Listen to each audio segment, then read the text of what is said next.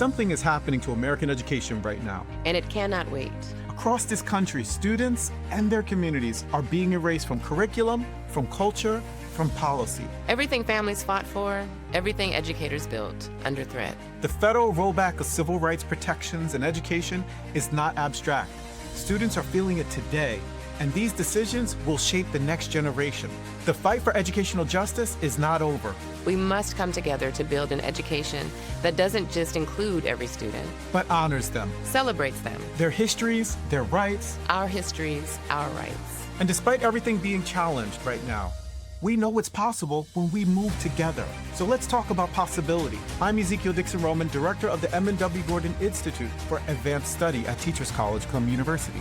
And I'm Sonia Douglas, founding director of the Black Education Research Center, also at Teachers College. Together, we're bringing you 4 conversations that cannot be missed: the politics of possibility. Each episode, Sonia and I sit down with leading voices from policy, research, and practice. Researchers like former U.S. NCES Commissioner Peggy Carr. School leaders like Superintendent Wilmer Chavarria. Policymakers like former U.S. Secretary of Education Miguel Cardona.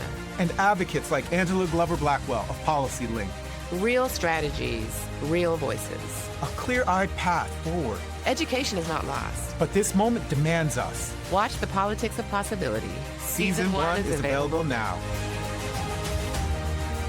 You're listening to An Imperfect Leader, the Superintendent and Leadership Podcast, a proud member of the Podcasserole Network. Hello, Jamie. Hello, Peter. How was your birthday? I really haven't celebrated. I flew in on Friday from Little Rock to Reno, which actually, to be honest, was a delight because San Francisco SFO is just a nightmare these days.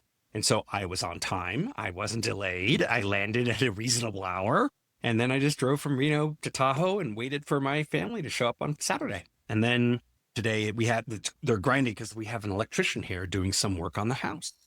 Okay. It is so fun. It's so fun when you get but it's your house, you know? I know. Yeah. I feel so good. You're like, oh, Yeah.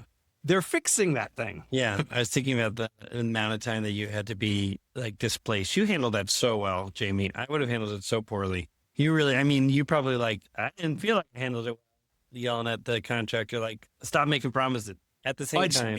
It's happening right now because they promised to fix the tile in the kitchen this week while we're here in Tahoe. And he's already, people didn't show yesterday. Workers didn't show. I was like, why are you doing that?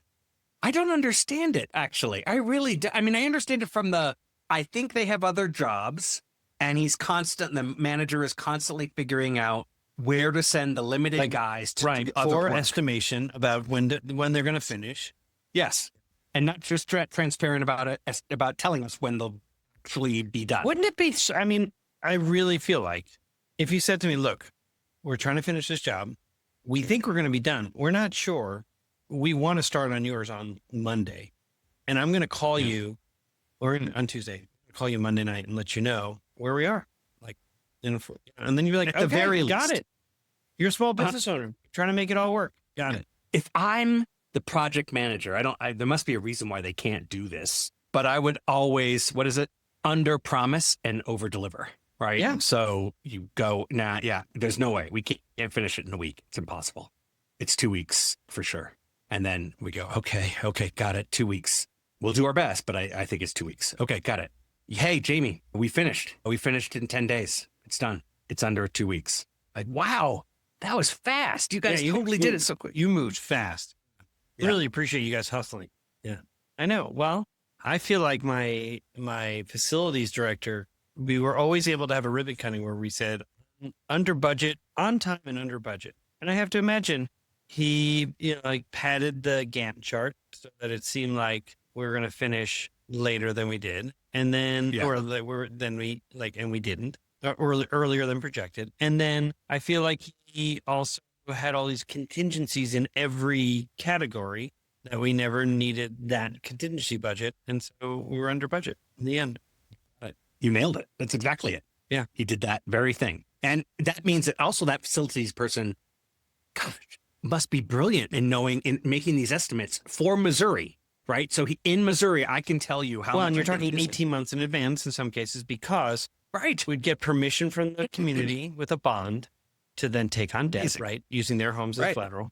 and then starting the whole process, like and then going bidding out and knowing that these materials, what they cost now, and then probably building into 7%, 10%, 15% increase in cost for what then they'll be worth 18 months later.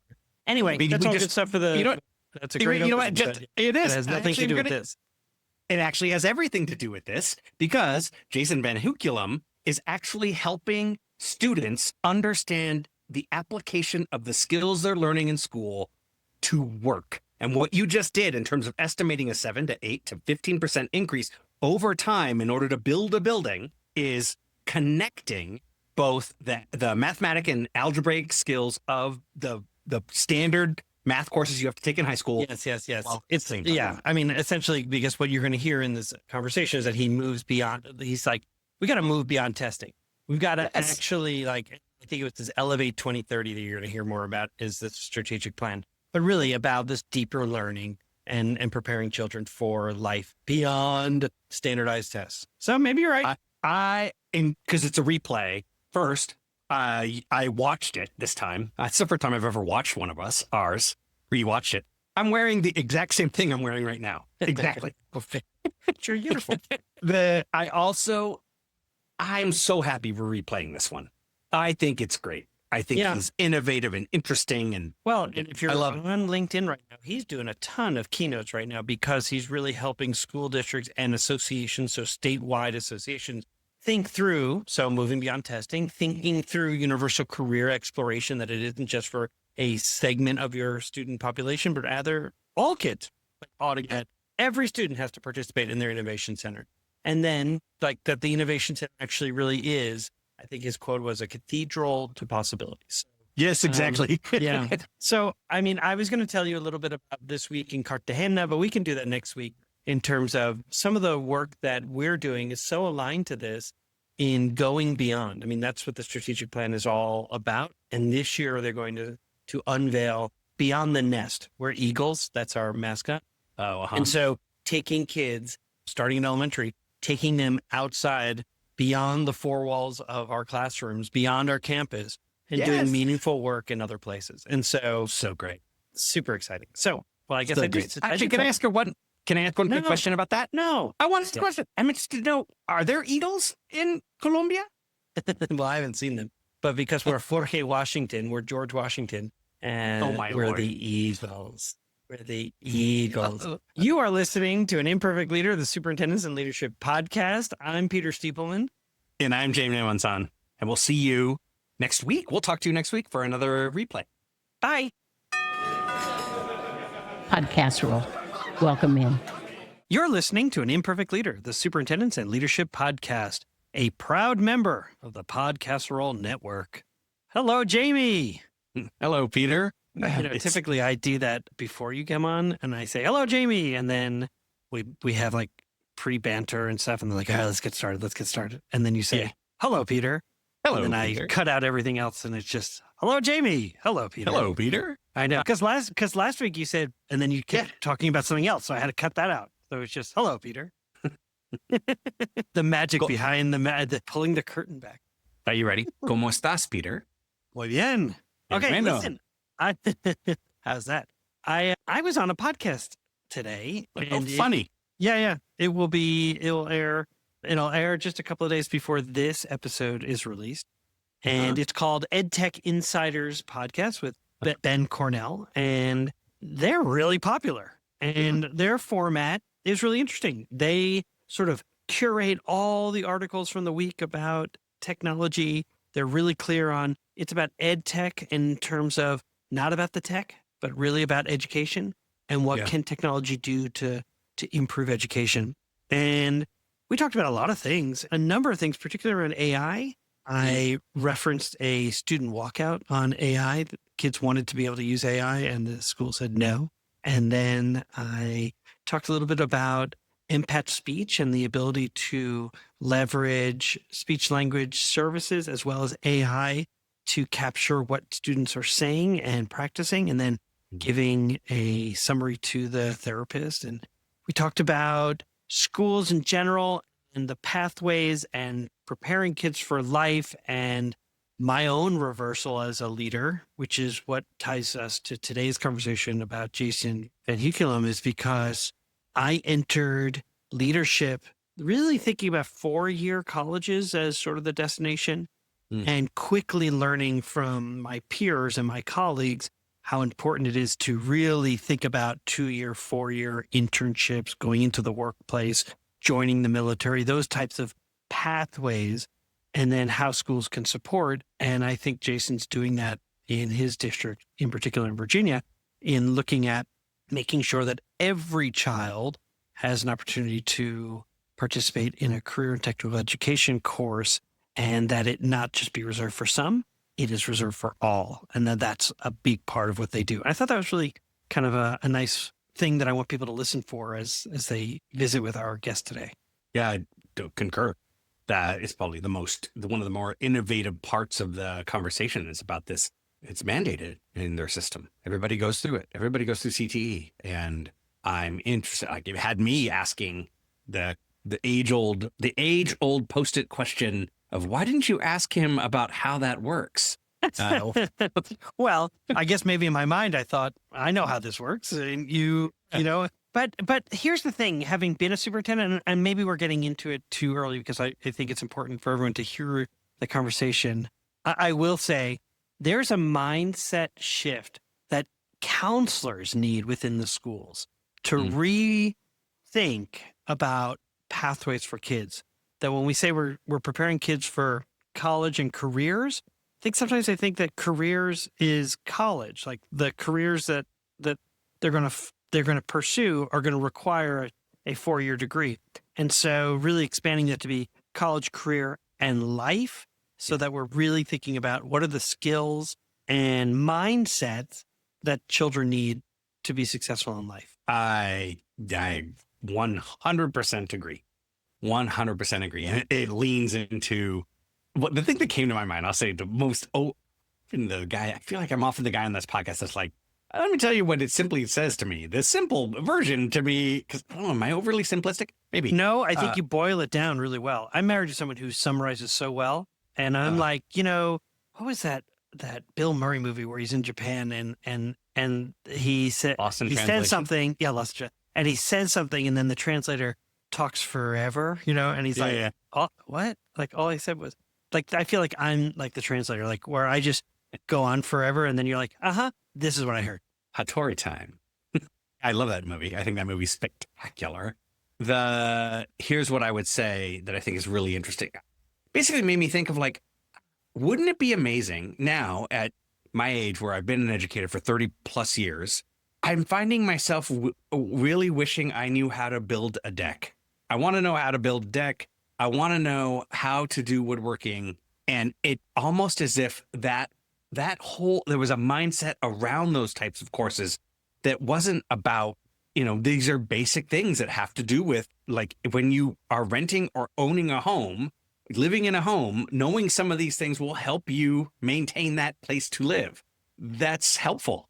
Yeah. So you're not always essential, not even helpful, that you don't have to call someone to do it. Right. Exactly. And so, and I think that's kind of the attitude that Jason and his team have, is like, hey, every kid's got to take it. And in fact, it will enhance their quality of life, certainly. And if they're so concerned about entering college, it's going to enhance their application because they can speak to a skill set that potentially they didn't have previously. Right. Anyway, there's a lot of opening. We're open. I know. People are like, should I even listen? Give it all. Yeah, you should listen to it. Go listen to this. All right. So, but here's the thing, because we do have a sponsor. And Jason, he warns in his conversation around testing obsession that it can suck the joy out of schools and sideline innovation. But you don't have to choose between test scores and student agency. IXL is the research-proven platform used in 96 of the top 100 U.S. school districts. So, with personalized test prep and real-time data, IXL helps schools outperform on state tests, giving the leaders the freedom. You want freedom, right? We all want freedom. I do. It gives them the freedom to focus on what matters most, and that's preparing kids for life. So, reclaim the joy of learning. Visit IXL.com/imperfect. Let's go. You're listening to An Imperfect Leader, the Superintendent and Leadership Podcast. I am Peter Stiefelman. And I'm Jamie Alanson.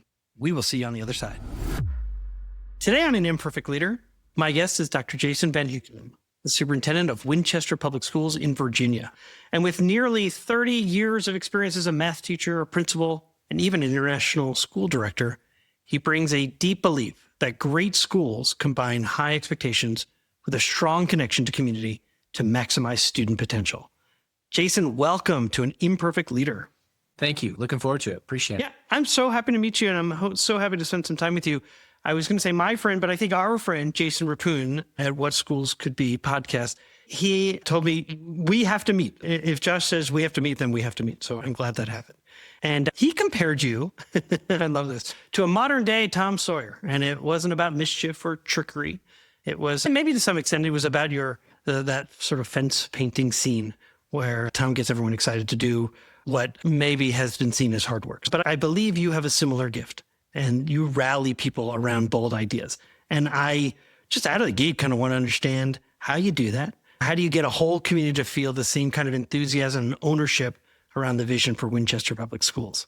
Yeah, well, that's great. First of all, thank you for having me on. I'm really excited to be here and just share my story as a leader. I've been here in Winchester now going on 10 years as superintendent. And way beyond the national average. Well, that's right. Yeah, for sure. Yeah, no doubt about it. So I've been very fortunate to have a fantastic school board, many of whom have rolled off and new folks have come on. But the community of Winchester is just a little gem in the heart of the Shenandoah Valley. And they have a long history, well before my time, of strong commitment to public education and doing what's right by student and supporting public education. So I've been very fortunate in that sense. So the Tom Sawyer analogy comes from my mother, and she has said that about me for many years, going all the way back to my childhood. And I think the key pieces of that I've carried forward in my leadership experience is casting a bold vision that is imaginative, maybe even provocative, and speaks to the heart of what people in the field really know should be done, but may seem somewhat audacious and impossible. I think many of us in the field that have been doing this work for many years have cut our teeth on No Child Left Behind, a testing regime that is consistently and constantly pointing out where we fail. Yep. Coaching for compliance as opposed to authentic, absolutely. Genuine peer coaching and coaching of others. Yeah.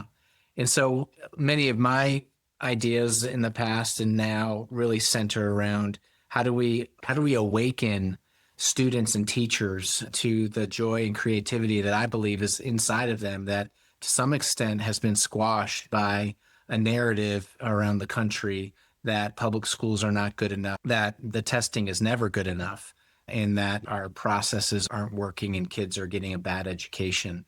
And I find that when I speak to the heart of humanity, many times people, it resonates with people, teachers, students, parents, community members, because at the end of the day, school's purpose, broadly defined by most people, is to prepare kids for life and to become future adults that, yes, can have a meaningful career and make a meaningful wage to support themselves and a family, but also have meaning and connection to themselves personally. And many times I find that our current context of a very heavy-handed testing regime and accountability has sucked the life out of schools.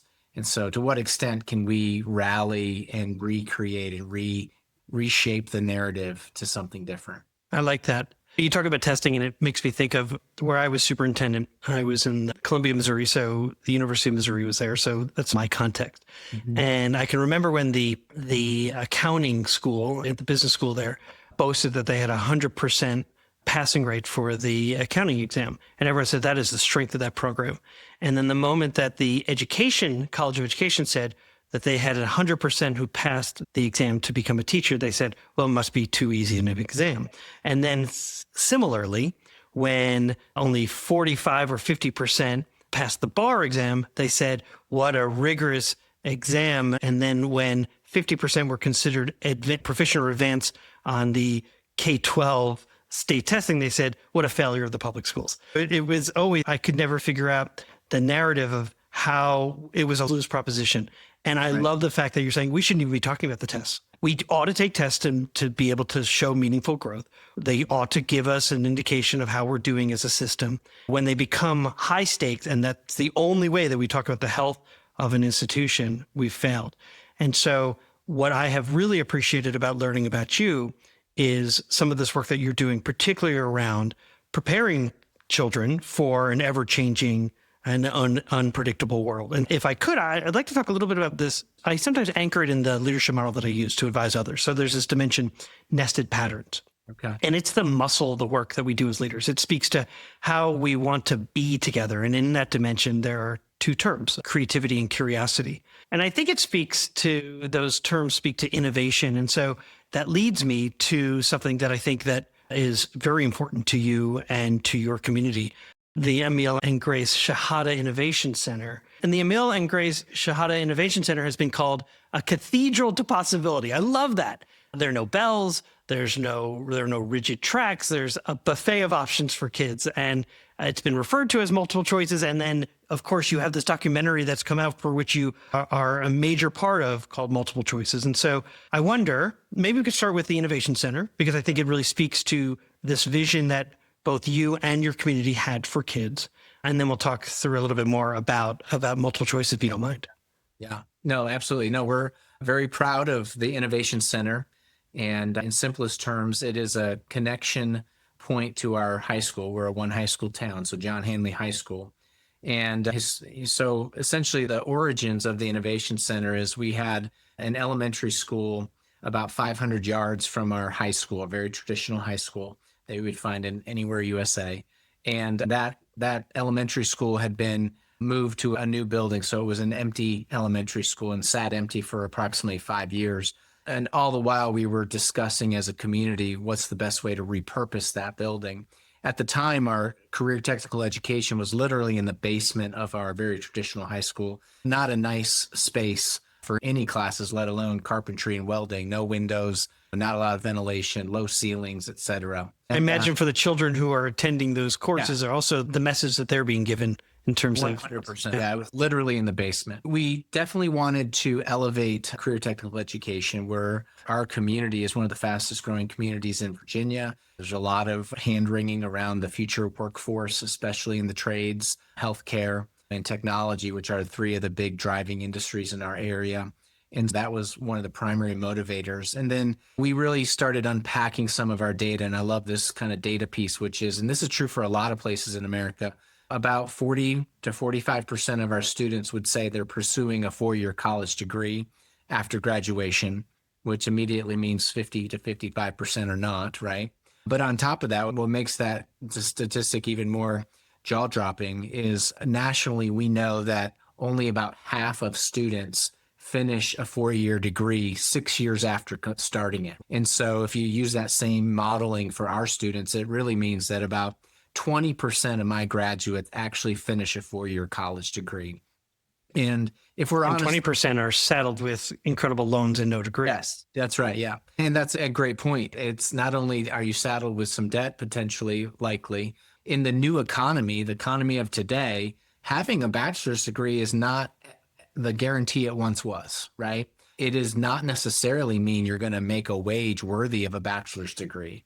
And so it really begs a lot of questions about what are we doing?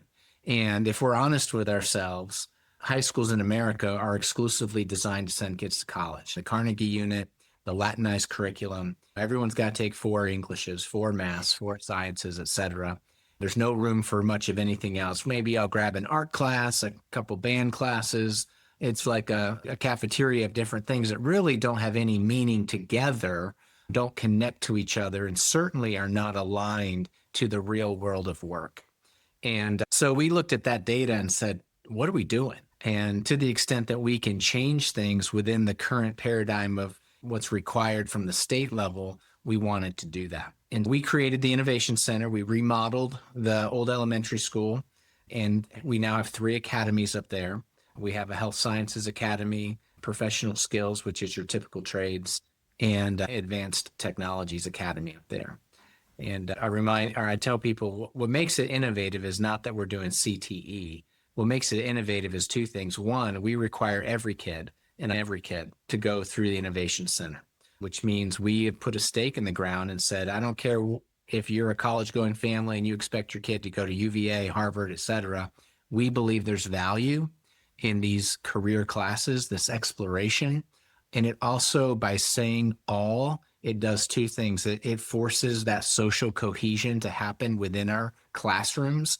Because again, if we're honest with ourselves, most high schools segregate during the school day. It doesn't matter how diverse you are. The AP kids go left and the work kids go right, and they don't meet until the football field. And so we have a space now where all kids are all together. And that's been a really special thing. The other thing that makes it... I wonder, can I interrupt for a second? I wonder if kids have said to their counselors, boy, my God, I got to take this class. There's no way I could have convinced my parents to allow me to do it. I'm not sure if we've had that exact conversation. I think we have. I couldn't speak to it personally. What I can tell you is when we launched, we being the leadership, were somewhat afraid of that typical college-going family, which we have a sliver of that here in Winchester. My family is that family. I expect my kid, the DNA of my child was born. I know. Yeah. I can tell you, Peter, we have had zero pushback. It's been like, it's almost like we've given them permission to have fun. Yes. Kids are loving it. The kids go home and talk about it. The parents love it. And the silver lining for that group of students is it hasn't hurt their college application. It hasn't even been neutral. It is 100% a value add to their portfolio, their resume, their application. And the colleges and universities are grabbing our kids because of their commitment to career exploration. And I can give you a million examples. I wonder now if you've now got a social studies class integrated with one of the CTE courses, or we had an example in our district of math, a geometry class and a home building class. A days kids took geometry and B days they took home building. And we thought it was only going to attract kids who had been unsuccessful in geometry. And it turned out to be a real mix of kids who now had the ability to build a tiny home that was then donated to a local agency so that a small family that had been unhoused now had a place to call home. And when we interviewed kids and asked them, what do you like about this class? We thought it was going to be about the geometry and the home building. And there was the human piece, which was, well, now someone won't be homeless next year. They won't be cold. And I was like, holy cow. Yeah. And so I'm just kind of curious. I'm sure those things are going to just be natural outcrops of not being separate, but really connecting to each other. No, absolutely. And that leads to the second pillar of innovation, which is we started with an array of academic classes up there, math, science.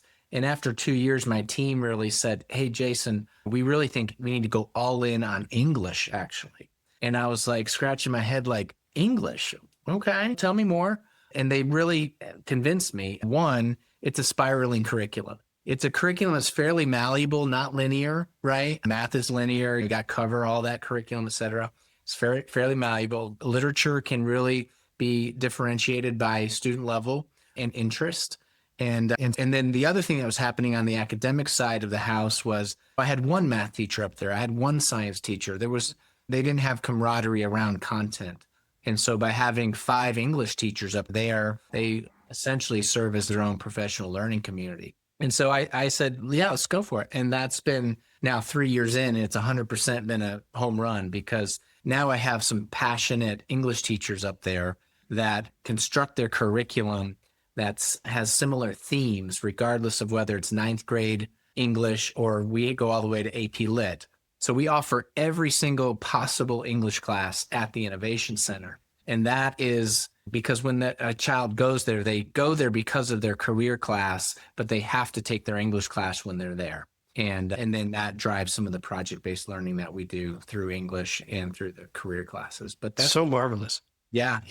It was counterintuitive. Like I was just like, at first I was even like, no, can't do that. Like math, like the typical math and carpentry, that goes together. But the truth is geometry, if you really look at the curriculum, there's some measuring and a little bit, but it's like 2% of what happens. I know. There's a lot of algebra. Yeah.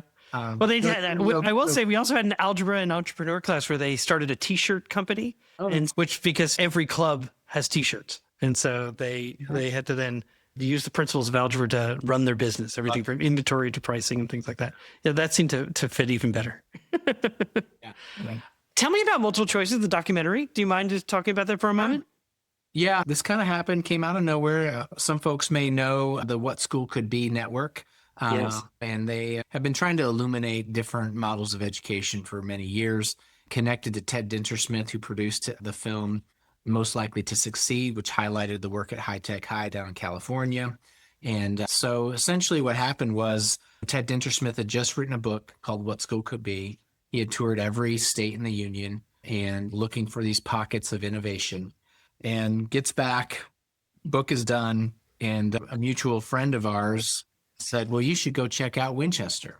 And the way he tells it is essentially he was done looking at schools. He was tired of going to schools. He said, I'll go to one more.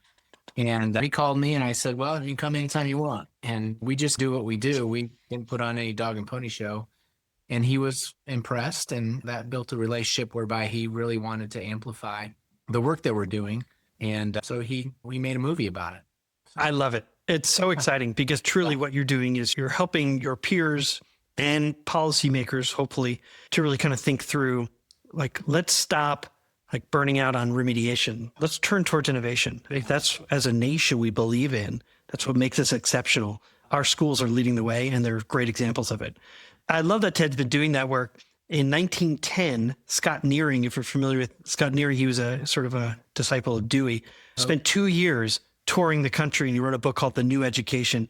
And he also was looking for innovation throughout the nation and found great examples, things that we're all doing nowadays with a reemphasis on CTE, but looking at the more place-based in terms of what is important to our local communities, and then leaning in on that and trying to find ways to have multi-age classrooms. And it's a remarkably prescient book that ought to be looked at now as well as like as a companion to Ted's work as well. So anyway, I'm super excited for you in Winchester and can't wait for this to become one of those books, one of those documentaries that we're all talking about. Yeah, very good. How does the term an imperfect leader resonate for you? Yeah, it's very freeing, quite frankly, because I think sometimes in our business in particular, there's an expectation that we're perfect. And not just leaders, I would go all the way down to teachers. And it's a tough job, education. And it's a messy business because people are messy. Just our lives are messy. I don't care where you came from. My life is messy. Just a little old Winchester. We're one high school town with 4,300 kids, but I got 750 employees. Let's say 8,000 parents in 30,000 city. And we all intersect at different moments. And many times as leaders, and you can relate to this, Peter, a lot of times those intersections are around conflict. Students misbehave, teachers misbehave. It's like you're dealing with personnel issues, or you're dealing with student discipline, or parents are wringing their hands about how to best meet the needs of their kid, whether it's academics or social, emotionally, bullying, et cetera. And we're always in the mix to come alongside. Sure. And you mentioned the external systems too. You've got a company who wants to relocate, but they're also asking for a tax incentive. And so then the schools have to weigh in because that means a loss of property taxes that are used to support them. And so, yeah, there's so much that goes into the superintendency that freeing is a word that not anyone has said. And I've now done 160 conversations, and I find it really interesting. Freeing is an imperfect. Well, it gives you permission to be yourself, I think. And I think for me, when I heard it, I felt free. I was like, okay, yeah. So, yeah, it's not an easy job, but we need good leaders. And I went into this business because I was looking up and didn't quite see the type of leadership that I was looking for as a teacher. Bold leadership that was done with conviction and wanted to actually make a difference versus kind of the managerial style of I just need to get through the day. So we desperately need good people. So I want to talk a minute about the Mosaic Project. It is one of our favorite organizations and has over 25 years of experience empowering students to really celebrate differences, communicate assertively, and resolve conflict peacefully at their outdoor school. I happen to have experience being part of the Mosaic Project, and so I can absolutely tell you it's an amazing organization. Their innovative SEL curriculum is now available to our Imperfect Leader audience. And so you can get a 10% discount through their new documentary film-based Mosaic Classroom Project. So just let the people know during your onboarding process to receive that 10% discount is to just mention An Imperfect Leader. Learn more about the Mosaic Project at mosaicproject.org. When leaders think in systems, they think differently. They see the big picture, making decisions that create coherence and strengthen communication across their teams. They build adaptability, flexibility, and engagement. Every day, school leaders face complex challenges, from student engagement to staff alignment. What if your team could see those challenges as part of a bigger picture? That's what happens when you think in systems. It's how leaders turn complexity into connection and challenges into opportunities for growth. At the Waters Center for Systems Thinking, we help educators and organizations build this capacity, developing the habits and tools that turn vision into action. Think differently, think in systems. Sign up for our webinars, free resources, or a consultation by visiting our website, which you can find in the show notes. We're back for segment 2 of An Imperfect Leader called Imperfect Leadership in After Action. And my guest today is Dr. Jason Van Heukelum, Superintendent of Winchester Public Schools. And in this segment, just like each week, we ask our guests to talk about a decision that they made, and then we discuss it. All right, Jason, what happened? Well, COVID happened. Oh, it did for you? Yeah. Okay. No, and I'm going to take a little different take on it than Sure. what most people might expect. In 2020, we had just started our new strategic plan called Empower 2025. And it was Winchester's first attempt to really go past knowledge as the primary goal of education. So including knowledge, of course, but past knowledge into the skills and dispositions that our students need to be successful in the 21st century. Yeah, think portrait of a graduate, right? P21 skills, all of those things that we've been talking about now going on 20 some years. And so we had put that stake in the ground that our educational model, our learning model would be more than just teaching kids math and reading and history, but also giving them rich experiences with learning that allowed them to metacognitively reflect on their ability to be creative and their ability to think critically. And what does that look like and feel like? And how do you do that? And so we were amped. I was excited. This 100% was where we needed to go. We were going all in on project-based learning, which is the vehicle by which I think the learning environment can change to foster those things, those skills and dispositions. Absolutely. It's like the antidote to the focus on Carnegie units and like just because you sat here, you learned something yeah, I love it. Yeah. And we were gearing up for that, had done some preliminary work, et cetera, had some rubrics and typical stuff that a lot of people have done. And then COVID hit. And of course, everything rightfully went on pause to manage that crisis and to make sure we were getting schools open to the extent that we could and meeting the needs of our students. And it was almost like that was the only thing we could think about. And 2021, 2022, COVID starts to fade a little bit. And then bam, we have this NAEP crisis in Virginia where, oh my gosh, test scores are down. Our kids have lost all of this ground because of school closures, et cetera. And a state and maybe even a national panic, right? That, oh my gosh, we got to double down on reading and math. And test scores became uber important around our state anyways. And in that moment, I doubled down on that too. And there was a lot of political pressure to do that. And if I'm being really reflective and honest with myself, I wish that I had held on to tightly both. Right? It's a both and situation.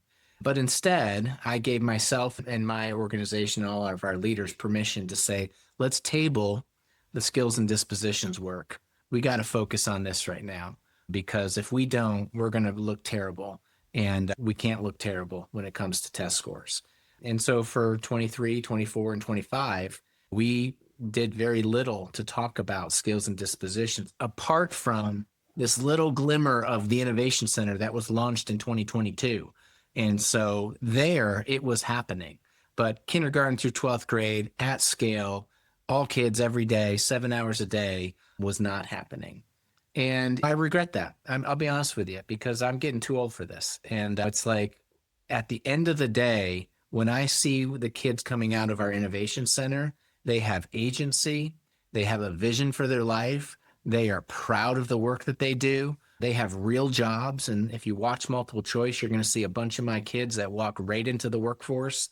And those that go on to college are better prepared than their peers who did not have that experience. and it had nothing to do with standardized testing. Right. And so I feel like I let myself and others down by not being ardent in that belief and conviction around the skills and dispositions and deeper learning. I'm throwing out some educational buzzwords. No, but I love the fact you're talking about deeper learning. That is where we're all trying to get to, is deeper leading, deeper learning. Project-based learning and place-based learning is a key component of those in terms of meaningful learning. And so I find this so interesting. Our first part of our conversation, all about multiple choice, all about innovation. And what I hear you saying is, yes, I believe in that. And I had what might be considered parallel play in terms of two systems that were working next to each other.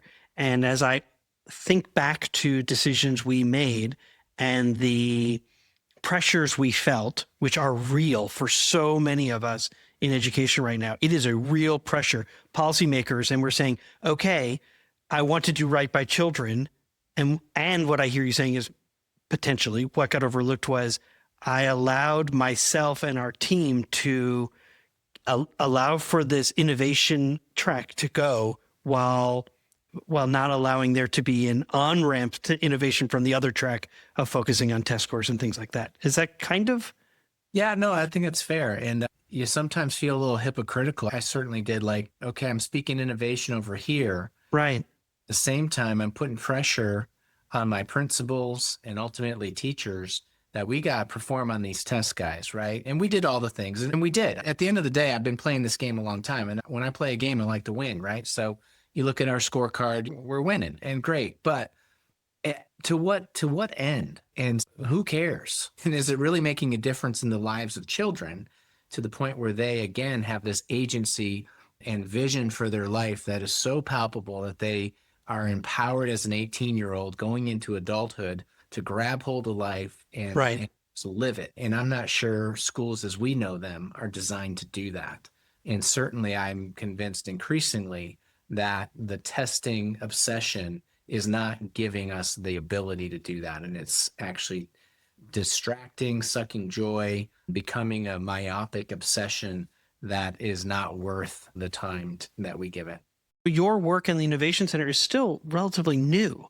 And if we give ourselves permission to recognize that real change, enduring change, is step by step, I guess the question, or maybe it's about giving yourself permission to forgive yourself for decisions of the past because you have this greater goal in mind for kids. So really the question is, so what's next in terms of how do you begin integrating for kids as you learn? It's an important lesson, although maybe it's just learning from an experience to then say, okay, we know I watched this documentary and I'm seeing kids who exit each day with agency and they have real jobs and they have real idea of where their future is going. How do I then provide that for my kindergartners as well? Yeah, certainly. So a couple of things I would say. Yeah. Yesterday, I posted on LinkedIn. So Monday night, I had a board meeting and our board adopted our new strategic plan, 2030. So 2025 is over. We're now going into 2030, 5-year plan. It's called Elevate 2030. And I'm so proud because we reflected and we doubled down, man. We doubled down and said, we're not going to abandon that vision that we had. And while, yes, we didn't actualize it to the extent that we were hopeful for back in 2020, we're not going to abandon it. So literally, we're taking the rubrics off the shelf around skills and disposition, dusting them off. We're doubling down on project-based learning. I posted on LinkedIn and love for people to look at it. It's a beautiful plan that screams student agency. And it's something that will guide our work going forward.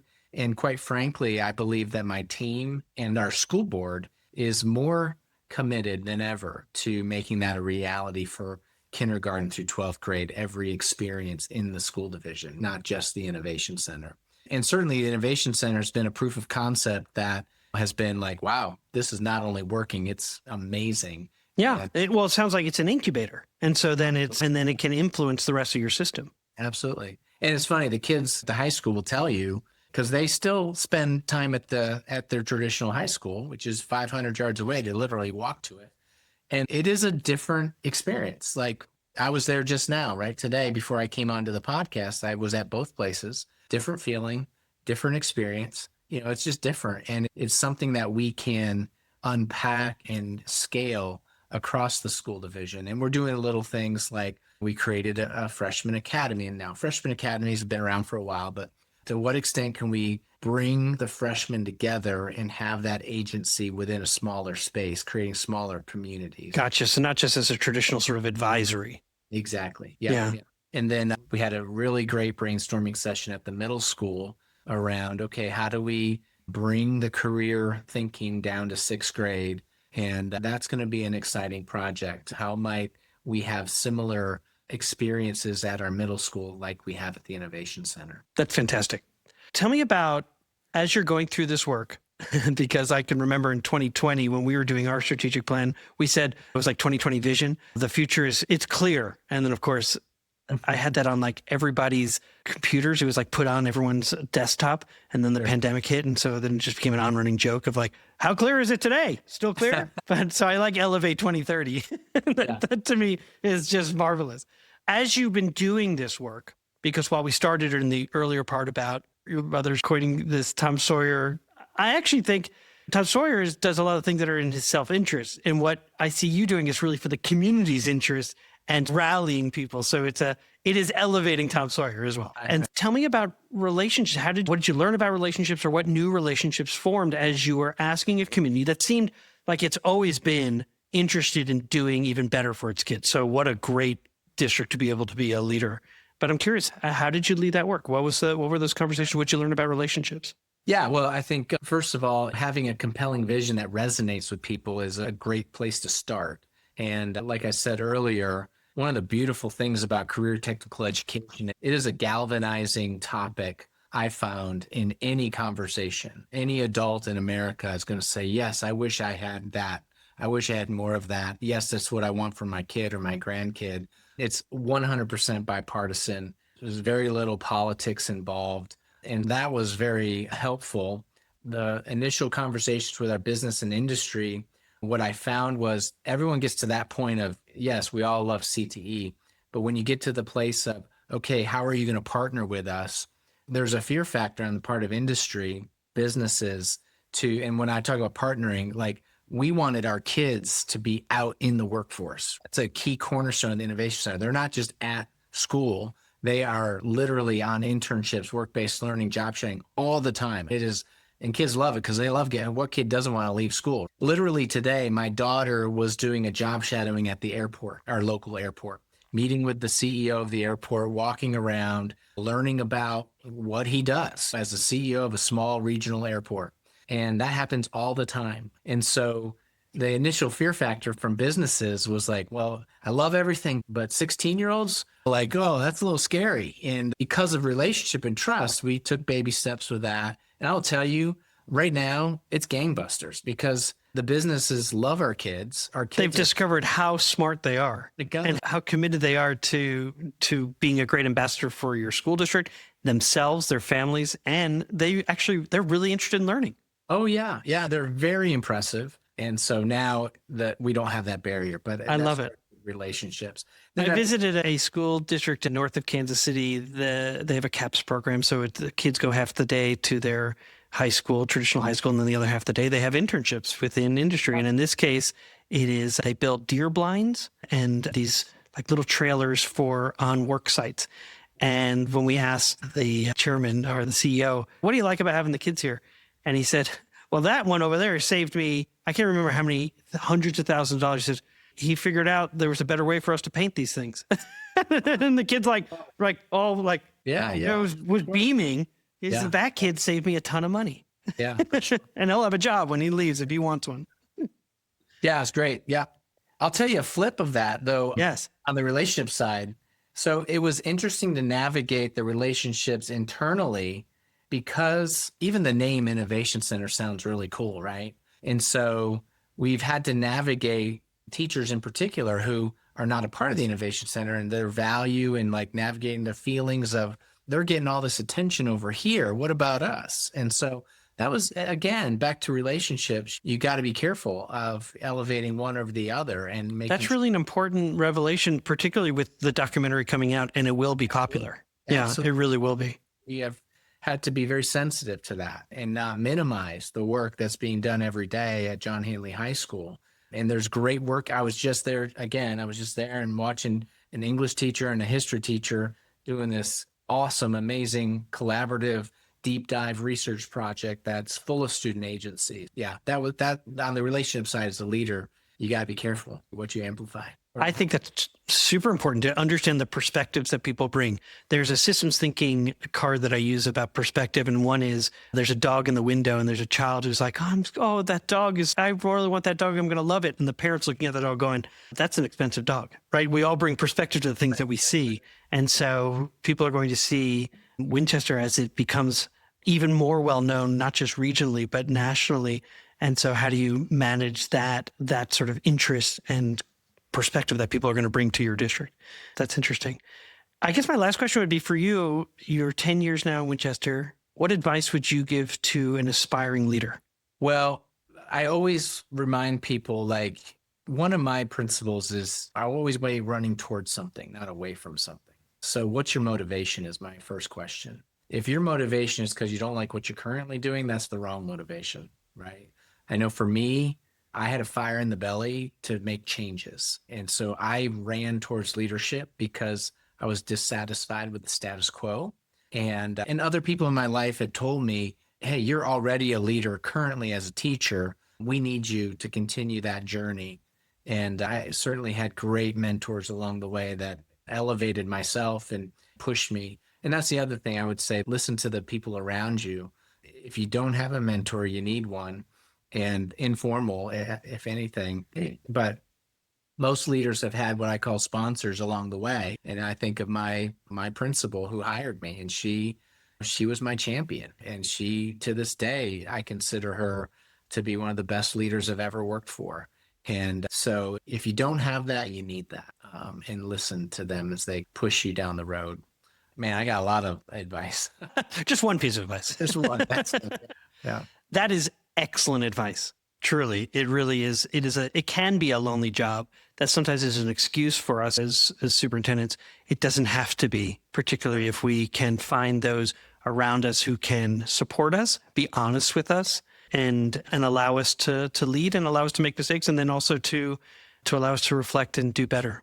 Our guest today was Jason Ben Heukelum, the superintendent of the Winchester Public Schools. And I'm so grateful for your time. I know you're super busy. Some of the things I wrote as we were talking, first of all, to remind people about multiple choice, the documentary. Second is to look at your strategic plan. So we'll make sure that's in the show notes. I think that's going to be super important as people are trying to chart their own paths, which should be theirs, but having a framework to help them guide that for those conversations is important.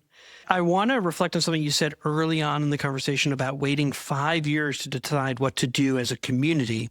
So many of us as leaders, we fall victim to the impulse of making a quick decision. We've got this facility, let's do something with it.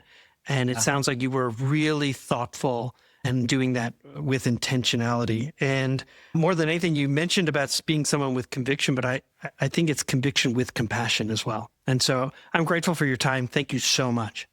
Yes, absolutely enjoyed it. Thank you. Welcome back, Peter. Let's start with you, because last week we had Ted Dintersmith, who is the sort of the companion podcast to this one, right? Ted talks about multiple choice, the movie, and it actually is highlighting this school district. And so let's start with what's on your... I want to start with one thing that I think that really resonated with me.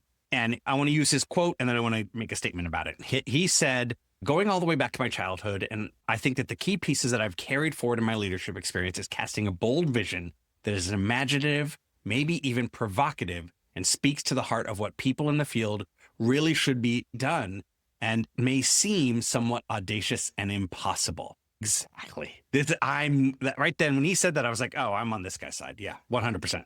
No one is inspired. When you set goals in a system, and you're like, okay, what we're going to do is make a 0.78 gain on our literacy scores from third grade to fourth grade.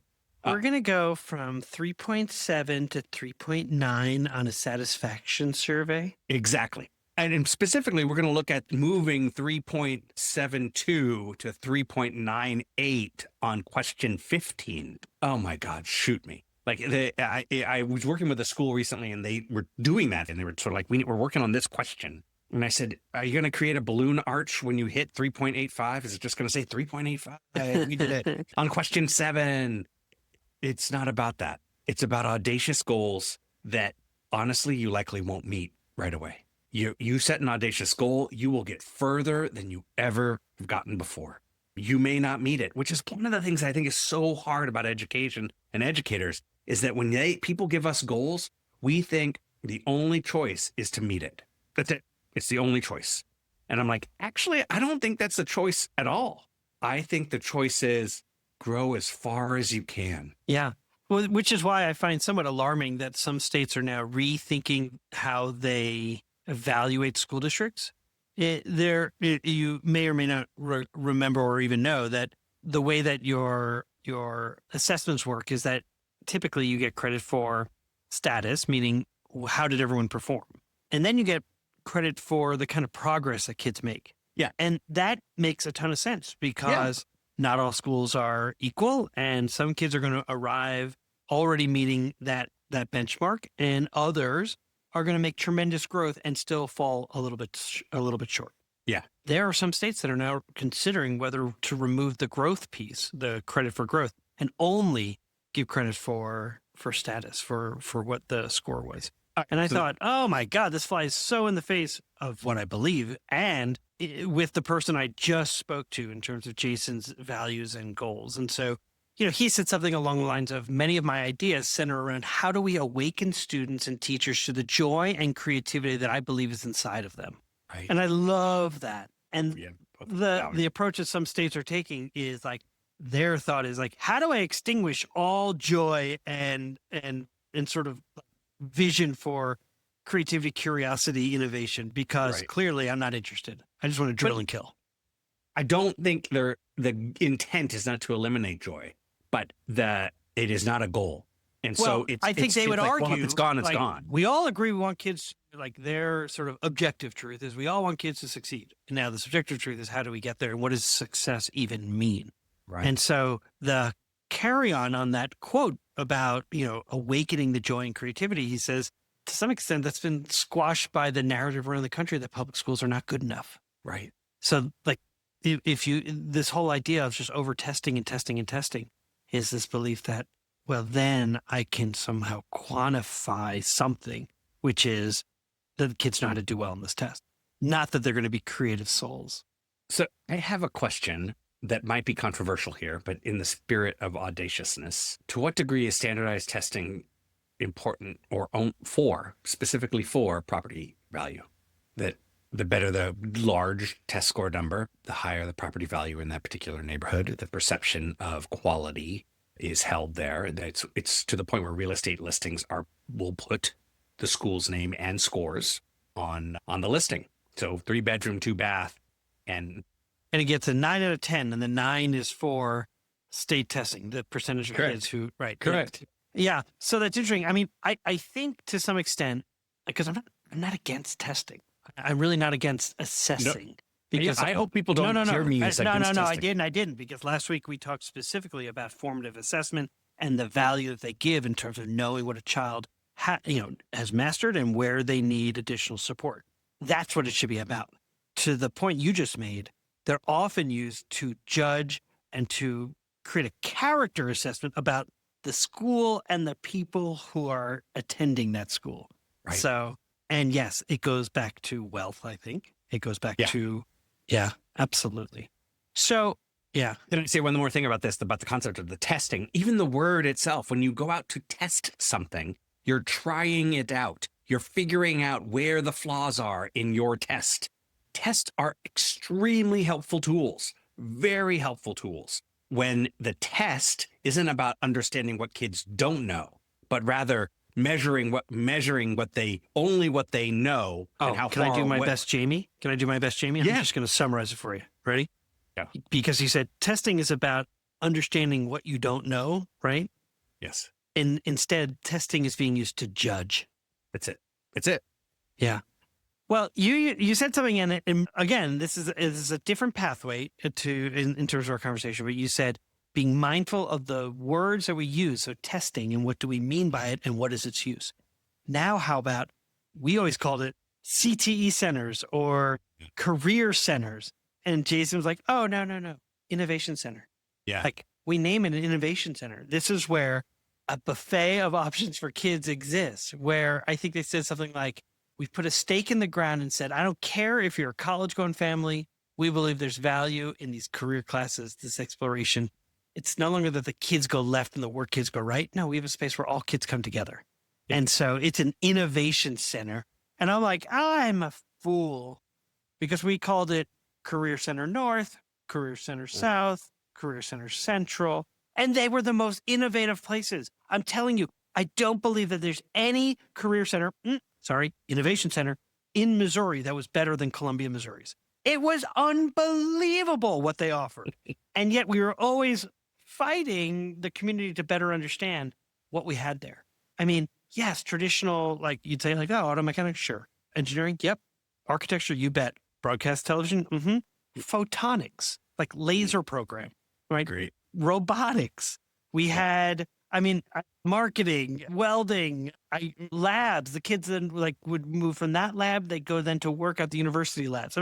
It was unbelievable what kids were doing. Right. It's amazing. I love that. I think the two innovations that he names is the all, right, which we mentioned at the top of the game here, at the top of the podcast, that every kid doing that is amazing. And that's where I was like, oh, I want to see how this works. Like, how many do you take? Can you take, what are you keeping and not keeping? How does your schedule work? To his point, I basically asked, in creating this innovation center, the innovation to me is the creation of the center and the mandate that everybody do this thing, that we're all doing this thing. Thus, putting a interruption into the historical structure of schooling, of high school. We keep replicating the same thing over and over. What did he say? God, let me see if I can find it. He says, here, it doesn't, all right. If we're honest with ourselves, high schools in America are exclusively designed to send kids to college. The Carnegie unit, the Latinized curriculum, everybody's going to take 4 English classes, 4 math classes, 4 sciences, etc.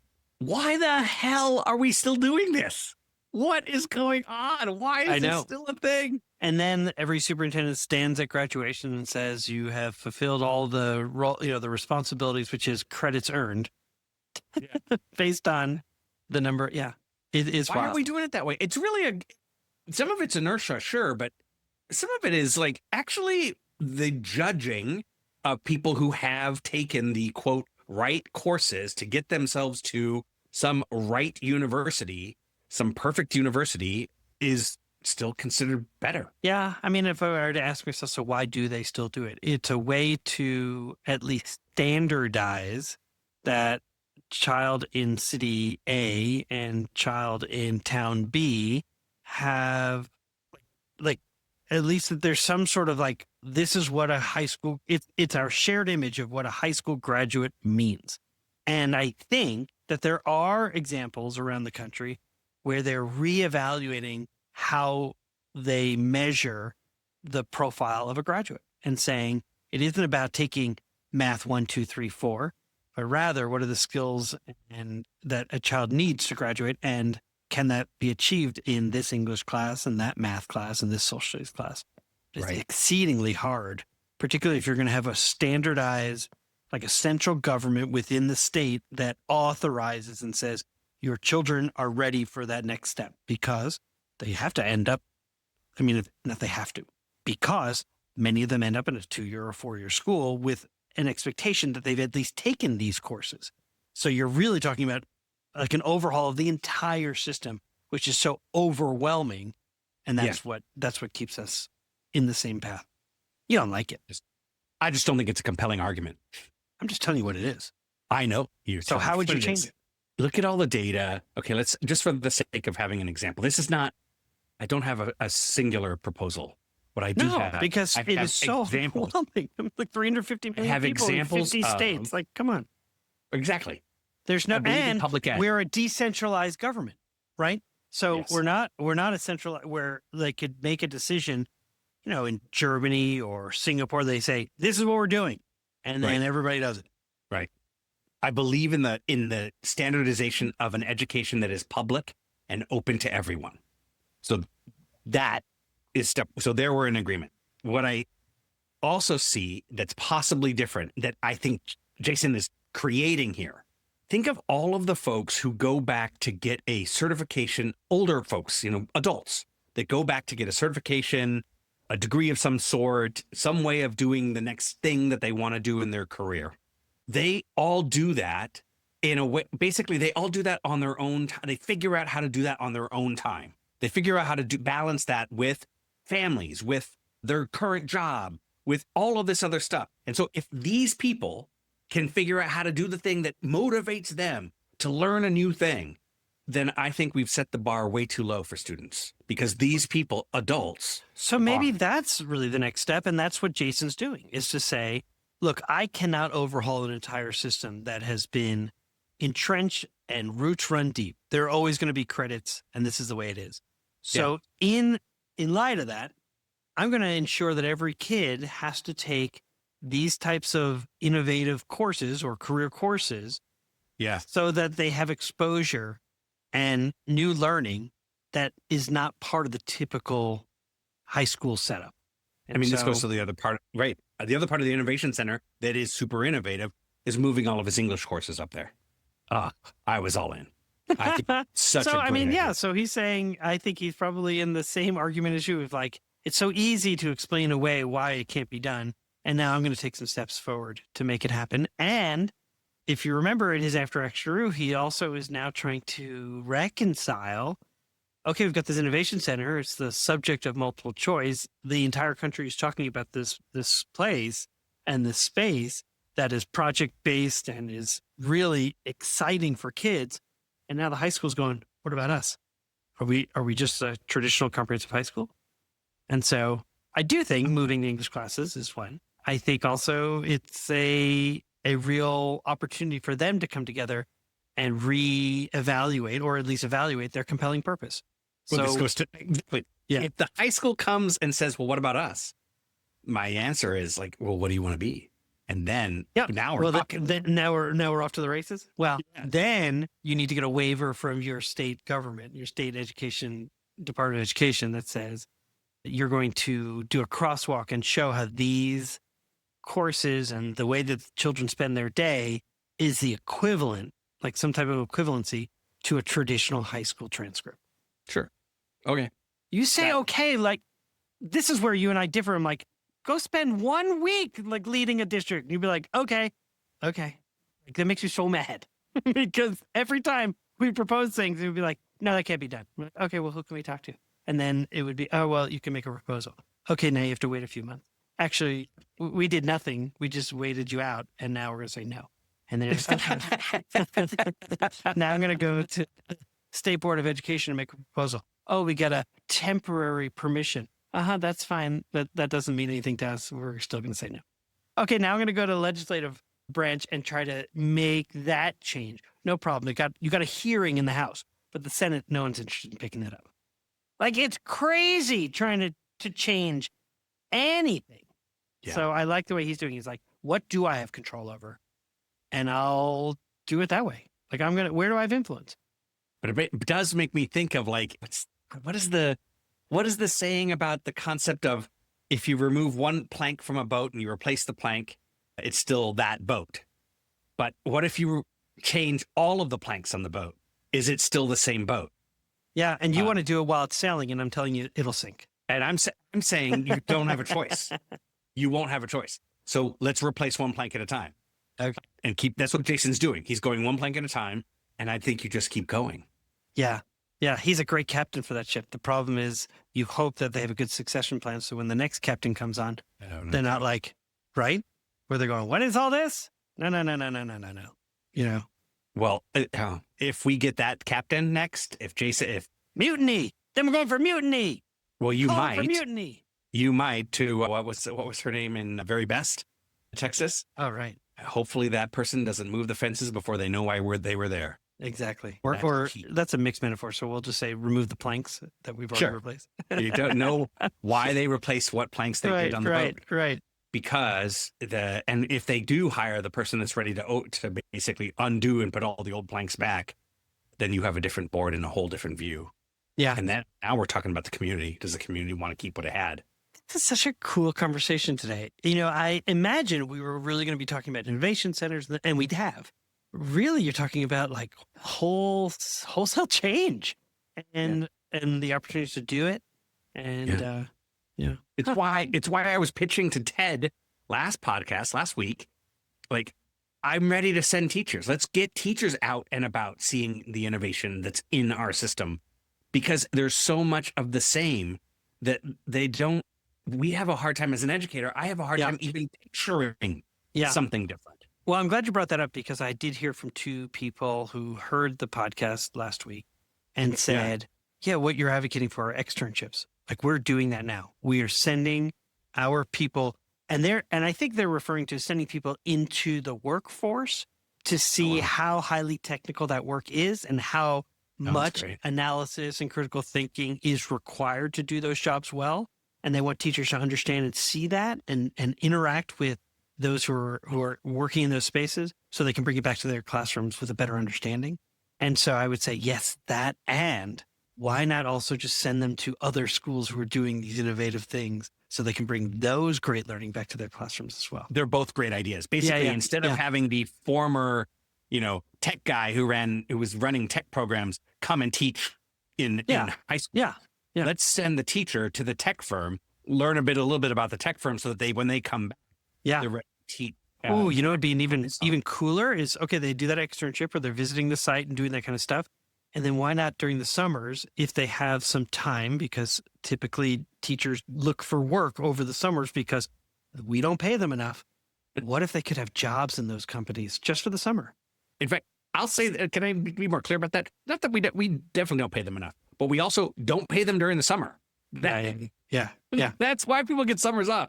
It's not summers off, right? So careful not to say summers off. No off. There's no off. Oh, they're either doing their just degree not work, paid. they're like continuing their work, they're planning, yeah. So anyway, this has been great. So look, I'm excited for his Elevate 2030 because they're launching their new show. That's right. As opposed to it's very clear. Yeah, I know. 2020, the future is clear. No, it wasn't. There was a pandemic and we all ran for the hills. We'll end on that as it relates to giving you props. This is why you created this podcast. When you share those stories, my heart grows for you.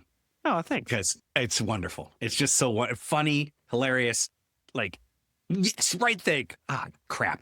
And I have it on every screen. Every screen. It didn't matter where I walked. People were like, hey. And then people would like turn on their screens just so I could see it. Oh my God. The joke must have gotten so tiring. No, I laughed every time because it was so ridiculous. 2020, the future is clear. Because I would like meet with the tech team and say, okay, I didn't have, we'll have glasses. And we're going to have the road ahead. And it's going to be 2020. The future is clear. Like, oh, well. Anyway, you've been listening. The glasses are there because, like, is it clear if you have glasses? Because I can. No, I know, but I was thinking my own thing. Sometimes we need a prescription to kind of see better because sometimes it's not so clear. It's so funny. Yes, you've been listening to An Imperfect Leader, the Superintendents in Leadership podcast. I'm Jamie Mansan. I'm Peter Stiepelman. Thank you for being here today. Really enjoyed it, Peter. See you next week. See you next week. Music for An Imperfect Leader was written and arranged by Ian Varley. Sam Falbo created our artwork, a wood print-inspired Daruma doll butterfly. Remember, imperfect leadership is not a scarlet letter. It's a badge of honor. It recognizes that serving as a lead learner is about being a vulnerable leader, an empathetic leader, a compassionate leader.